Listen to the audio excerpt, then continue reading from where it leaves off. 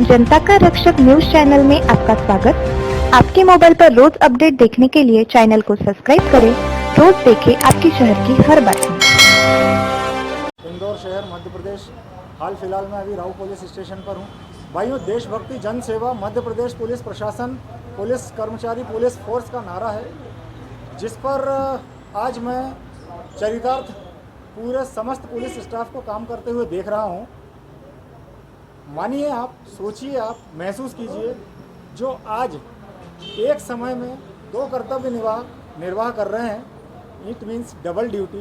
पहला सुरक्षा, क्राइम और अपराध पर नियंत्रण, और दूसरा मानव सेवा और जीव सेवा के लिए समर्पित भाव से काम।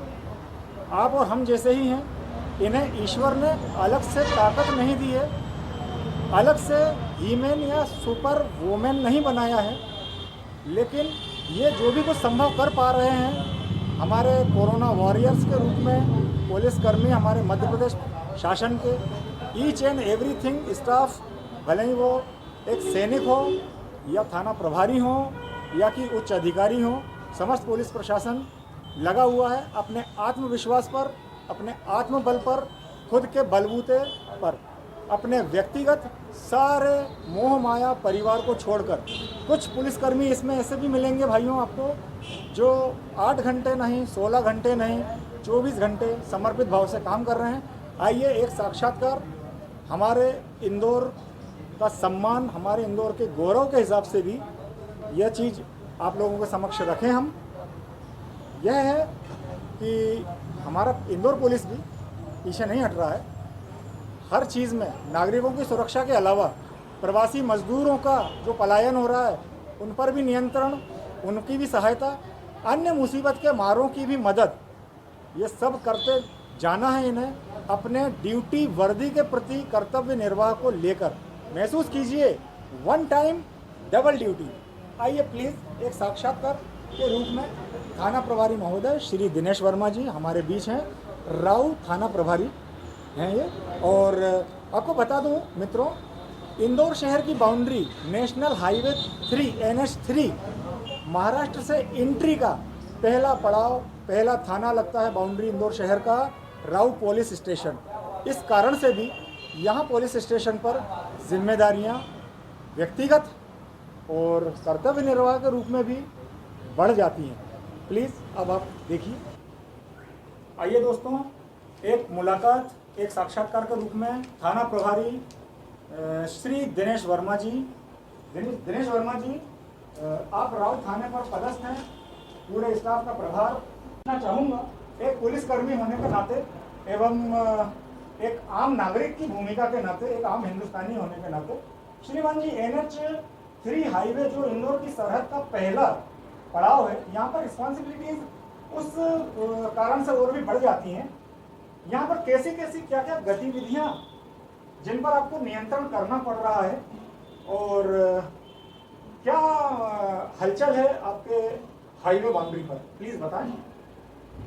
देखिए, इंदौर शहर जो है अभी वर्तमान में रेड जोन में है, और हमारा जो थाना है वो सीमा वाला थाना है, और यह जो है देहात सीमा दूसरे जिलों की सीमाओं से जुड़ा हुआ है। Yes sir. और ऐसी स्थिति में वो लोग जो कि संक्रमित है बाहर भी जा सकते हैं, और वो लोग जो संक्रमित है अंदर भी आ सकते हैं। उनकी प्रॉपर चेकिंग करना और लॉकडाउन के नियमों का पालन कराना, साथ ही साथ पीथापुर चूंकि औद्योगिक क्षेत्र है, इसलिए बहुत ज़्यादा अधिक संख्या में जो श्रमिक कर्मचारी जो है वो पलायन करते हैं, यहाँ से जाते हैं पीथापुर के लिए, तो उनको भी प्रॉपर चेक करना।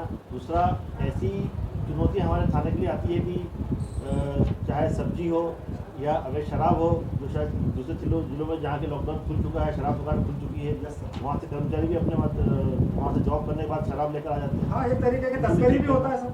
उन सब चीज़ों चुनौतियों से निपटना, और साथ ही बाईपास पर जो श्रमिकों का पलायन हो रहा है, उसकी संख्या को देखते हुए वहाँ पर भी प्रॉपर व्यवस्था करना, कुछ उनकी सेवा करना, ये सब कार्य भी हमारे साथ शामिल है। सर, बहुत खुशी की बात है। सर, कोरोना काल के संकट की घड़ी में आप और आपका स्टाफ जो मदद कर रहा है तकलीफ और मुसीबतों के मारों, इस पर आपको कैसा महसूस होता है? कभी कभी इसे व्यक्तिगत रूप से भी आप बता सकते हैं। हमने सुना है सर, कहीं कहीं राशन वितरण भी और आर्थिक तौर पर भी आप लोग व्यक्तिगत स्तर पर पीछे नहीं हटते हैं सहायता करने में। तो ऐसा कुछ वाकयात हो, कुछ ऐसा दुखद या सुखद कोई ऐसी घटना इस वर्तमान स्थिति में आपको देखने में आई हो जो आपको याद आ रही हो, प्लीज़ बताएं सर हमें। देखिए, बड़ा ही विपत्ति का समय है और पुलिस की सेवा में 21 साल हो गया। पहली बार ऐसा मौका आया कि जनता की इतनी सेवा करने का मौका मिल रहा है और ऐसी चीज़ें सामने आ रही हैं कि जो कि लाइफ में कभी नहीं आई। हम लोग अपने परिवार से दूर लगातार होटल में रहकर और सेवाएं दे रहे हैं ताकि परिवार को संक्रमण का खतरा ना हो।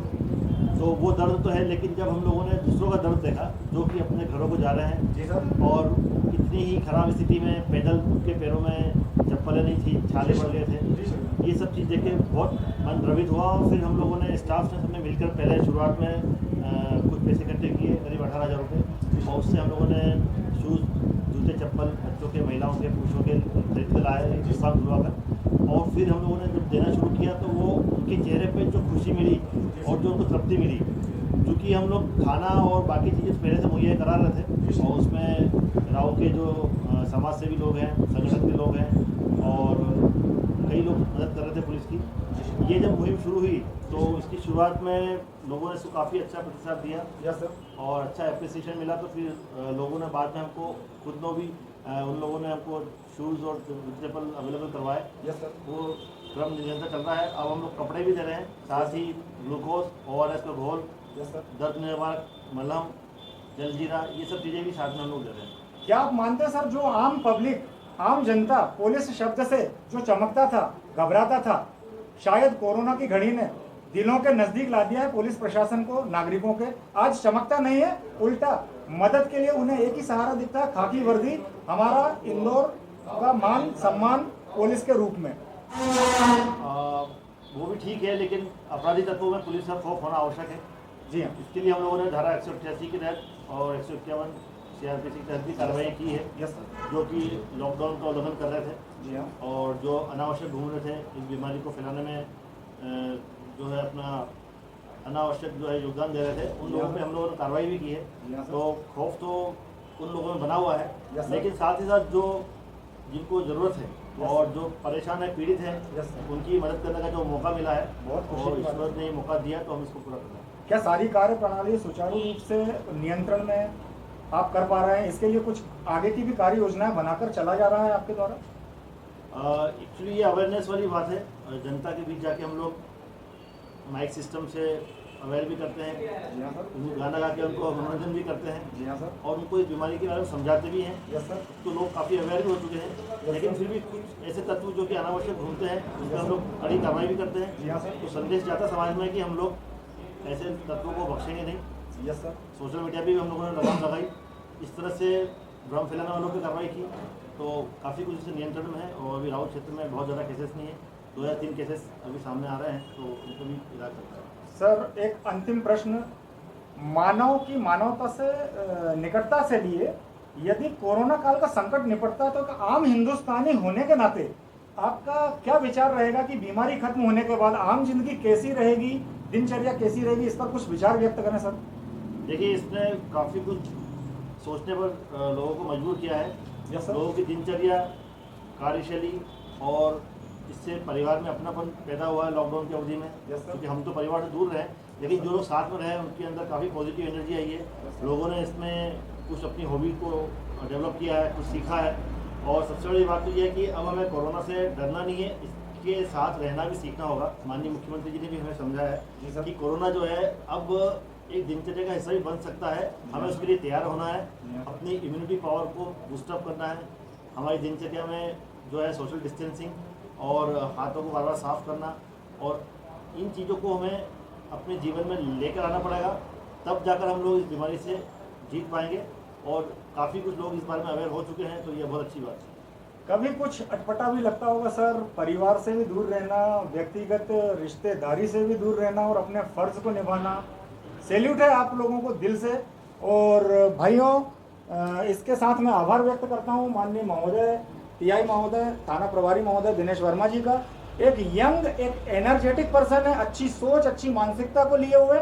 यही सोच मैं चाहता हूँ पुलिस प्रशासन नहीं, शासकीय कर्मचारी नहीं, प्राइवेट स्टाफ एम्प्लॉय कंपनियों का नहीं, हम आम नागरिकों का भी फर्ज बनता है ऐसी ही पॉजिटिव थिंकिंग, ऐसा ही आत्मबल, आत्मविश्वास हम सब बनाकर रखें। बहुत बहुत धन्यवाद, आपका बहुत बहुत आभारी हूँ सर।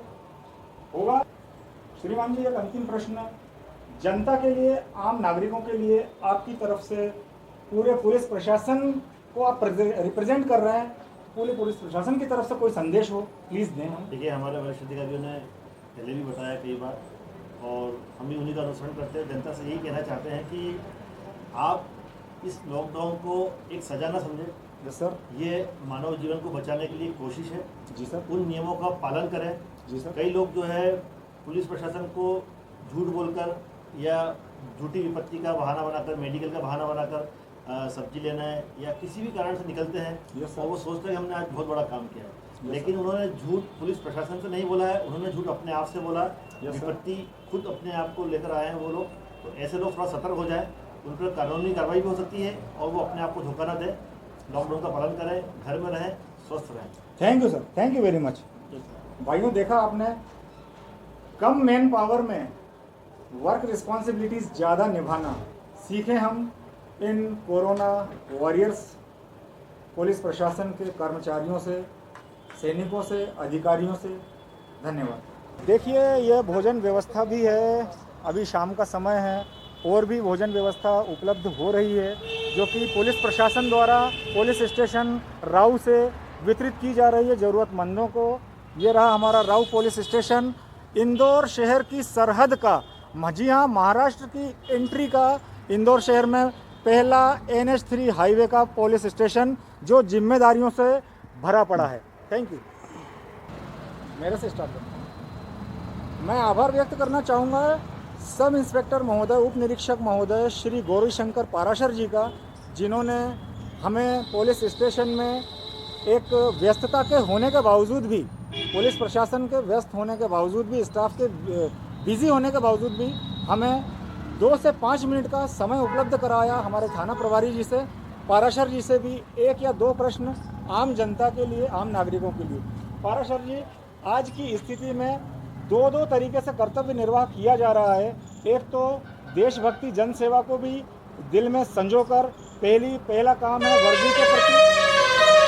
वर्दी के प्रति नागरिकों की, जनता की सुरक्षा, और दूसरा मानव सेवा और जीव सेवा के प्रति तत्परता और समर्पित से करता हुआ काम। कैसा महसूस करते हैं सर आप, आपके टीम के साथ, आपके स्टाफ के साथ, आपको कैसा लगता है? आगे क्या मार्गदर्शन देना चाहेंगे आप?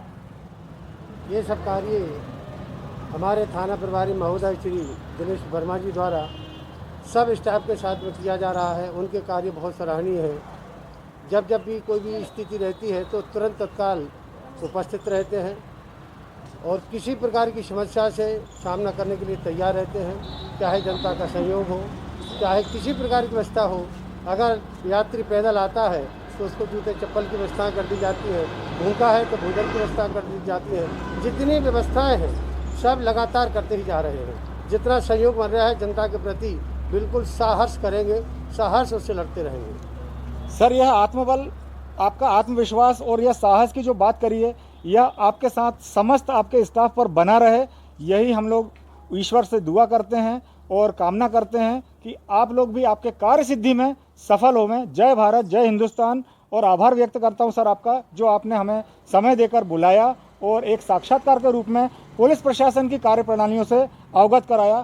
थैंक्स ए लॉट, धन्यवाद। मैं अजय रघुवंशी, जनता का रक्षक न्यूज़ चैनल, इंदौर शहर, Rau police station, Indore, Madhya Pradesh. Thank you. Okay. Sir, मैं वाहन चालक मालक सामाजिक संघ की ओर से हूँ, कार्य क्षेत्र भारत।